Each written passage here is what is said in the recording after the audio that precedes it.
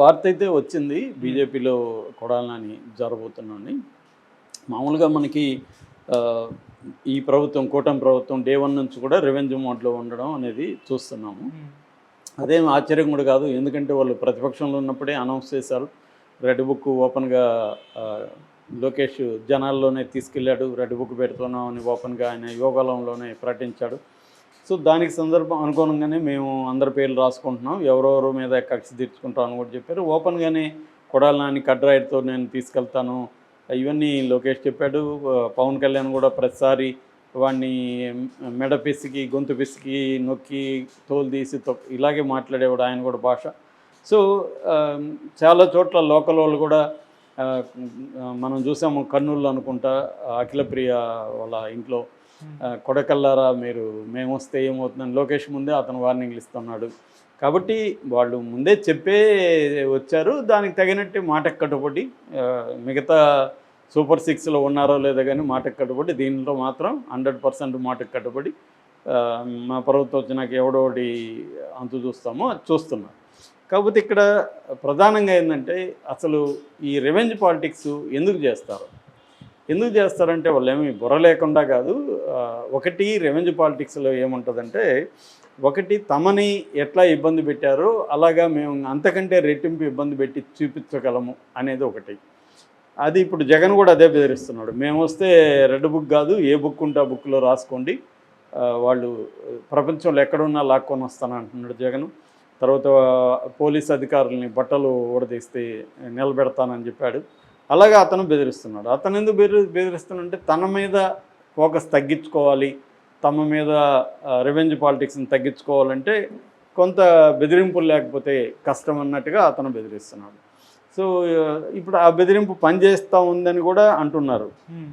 ఎందుకంటే రేపు ఈ ప్రభుత్వం వస్తుందో రాదో వాళ్ళకే నమ్మకం లేదు. 80 మంది ఎమ్మెల్యేలు ఓడిపోతారని సర్వేలు చెప్తున్నాయని చెప్తున్నారు. సో జమీన్ రైతు కూడా దీని మీద ఒక డీటెయిల్గా రాసింది మా 2 రోజుల ముందు. సో అంటే ఈ ప్రభుత్వంలో అరాచకాలు జరుగుతున్నాయి. రెండోది హామీలు నెరవేర్చట్లేదు. కాబట్టి ఈ ప్రభుత్వం మళ్ళీ రాకపోవచ్చు అని తెలుగుదేశాన్ని అభిమానించే మేధావులు కూడా చాలామంది విమర్శలు మొదలుపెట్టారు. ఈ నేపథ్యంలో ఏంటంటే జనాలు తెలుగుదేశంలో ఉండే కింది స్థాయి నాయకుల్లో కానీ లేకపోతే కేడర్లో కానీ ఒక భయం అనేది మొదలైంది. మళ్ళీ జగన్ వస్తే మళ్ళీ ఇలాగే మనల్ని డబుల్గా హింసిస్తాడు, వీళ్ళన్నా లీగల్గా హింసిస్తున్నారు, జగన్ 2 రకాలుగా హింసిస్తాడు. లీగల్గా కొత్త చట్టం తెచ్చి ఇంకా స్ట్రింజెంట్ లా తెచ్చి దారుణంగా మనల్ని అరెస్టులు చేసి కొట్టచ్చు. రెండోది వీళ్ళ ప్రైవేట్ సైన్, వీళ్ళు faction batch Jagan private sign అని పెట్టి మనల్ని ఎక్కడికక్కడ కొట్టడం చంపడం చేయొచ్చు అన్న ఒక భయాందోళనలు తెలుగుదేశం కేడర్లో కూడా మొదలైనాయనే వార్తలు కూడా వస్తున్నాయి.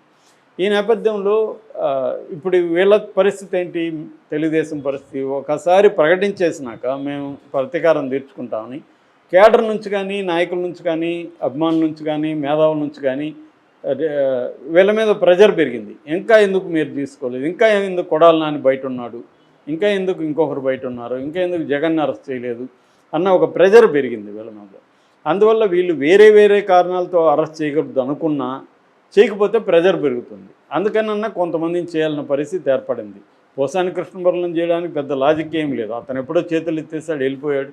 నాకు రాజకీయాలతో నమస్తే, నేను ఏదన్నా చెప్పుంటే సారీ అని చెప్పాడు, వెళ్ళిపోయాడు. అయినా అతను ఎందుకు పట్టుకొచ్చారు, అప్పుడేదో ఒక డైవర్షను, ఒక క్యాడర్ని సాటిస్ఫై చేయడానికి. అట్లాగే వంశీ కూడా. సో ఇప్పుడు కొడాలి నాని ఉన్నాడు. వీళ్ళ మెయిన్ టార్గెట్ వీళ్ళిద్దరు, కొడాలి నాని అండ్ వల్లభనేని వంశీ. ఎందుకంటే ఇటు భువనేశ్వర్ గారి గురించి, లోకేష్ పుట్టుక గురించి వాళ్ళు పరమ చెత్త మాట్లాడిన బ్యాచ్ల్లో వాళ్ళిద్దరూ ఉంటారు ఫస్ట్.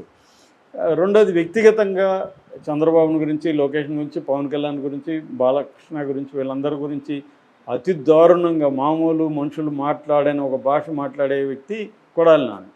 సో దీంతో అతన్ని ఎందుకు ఇంకా అరెస్ట్ చేయలేదు, ఏమన్నా జరిగాయా